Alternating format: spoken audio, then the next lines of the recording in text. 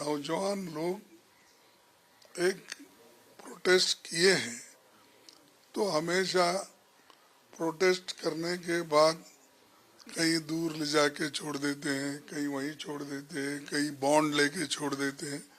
लेकिन ये लोग कांग्रेस को निशाना बना के कांग्रेस में डर पैदा करने के लिए ये लोग काम कर रहे हैं।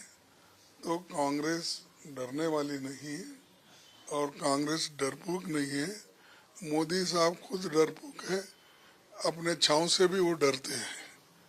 और दूसरी चीज, डर के वो पार्लियामेंट में भी आकर अपने आप को, अपने पॉलिसीज को डिफेंड नहीं करते। तो उसीलिए हमको डराने की कोशिश कर रहे हैं, हमारे युवाओं को डराने की कोशिश कर रहे हैं, यूथ लीडर्स को डराने की कोशिश कर रहे हैं। ये नहीं चलेगा, इसका मैं फिर से कंडम करता हूँ। और हमारे देश में डेमोक्रेसी और संविधान को सुरक्षित रखने के लिए जो भी हमको त्याग करना पड़ेगा हम त्याग करेंगे, लड़ते रहेंगे और ऐसे जो देश को गिरवी रखने वाले लोगों के खिलाफ लड़ेंगे।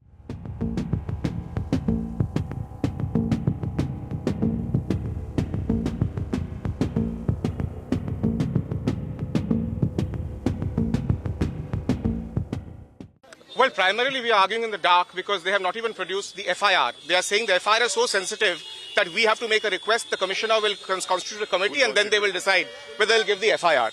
Secondly, they said that they need him because he's the mastermind and they have to go to recover T-shirts from Himachal and other places.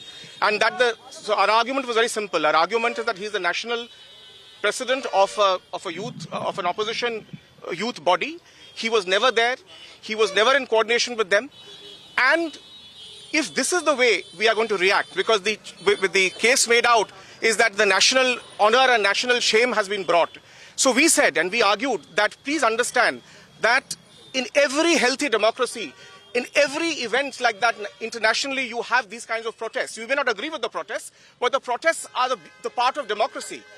What brings national shame is this reaction that we are having, a North Korea type of reaction where you are going ahead and arresting every office bearer of an opposition youth organization. That is the threat to democracy.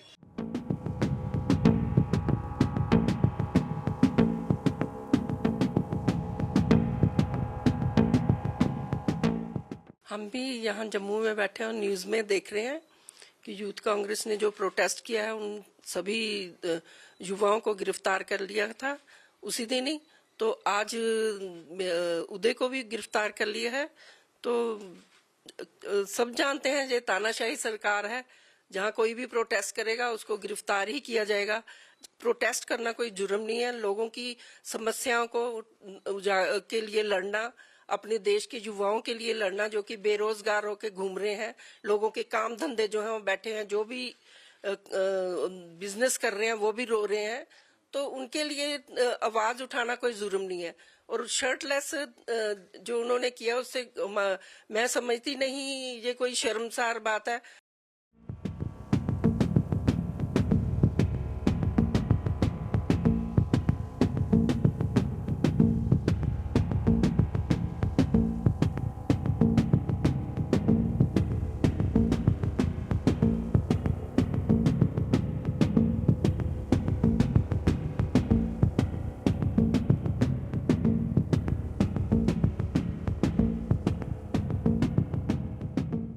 See, whatever this is all vendetta, this is vindictive politics. So if that was the case, if you recollect, Mr. Nitin Gadkari led a protest during the Commonwealth Games. So what happened then? See, this is nothing but they just want to divert attention. This is nothing but a distraction tactic by the BJP for their failure in trying to communicate to the world that India can lead the world in the technology space. It was the India AI Summit was completely mismanaged. Like I said, forget what Congress has to say. What do the international delegates have to say? What do the participants have to say? What do the exhibitors have to say? What do the innovators have to say? The government should understand Startups lost their products there. They were stolen only so that the Prime Minister can make a reel. This is the kind of administration we have.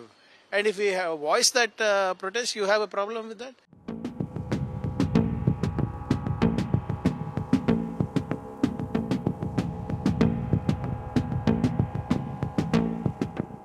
Rahul Gandhi अब राष्ट्र विरोधी ताकतों के प्रवक्ता बन गए हैं, भारत विरोधी एजेंडा चलाते हैं, नकारात्मक राजनीति को बल देते हैं, अराजकता फैलाने का प्रयास करते हैं। इनका एक ही काम हो गया, झूठ बोलो, भय और भ्रम फैलाओ, भारत को बदनाम करो, मोदी विरोधी राजनीति करो और देश जो विकास कर रहा है भारत को दुनिया भर में बदनाम करो। अगर भारत की इकॉनमी सबसे तेज़ी से बढ़ती है तो उसको डेड इकॉनमी बोलते हैं। इंडिया एआई समिट जिसकी प्रशंसा पूरी दुनिया कर रही है, बहुत सफल समिट हुई, वहाँ पर शेमलेस और शर्टलेस नंगा नाच करके अभद्र प्रदर्शन करते हैं। राहुल गांधी जी की राजनीति क्या विदेशों से तय हो रही है? क्या कांग्रेस पार्टी विदेशियों का एजेंडा चला रही है?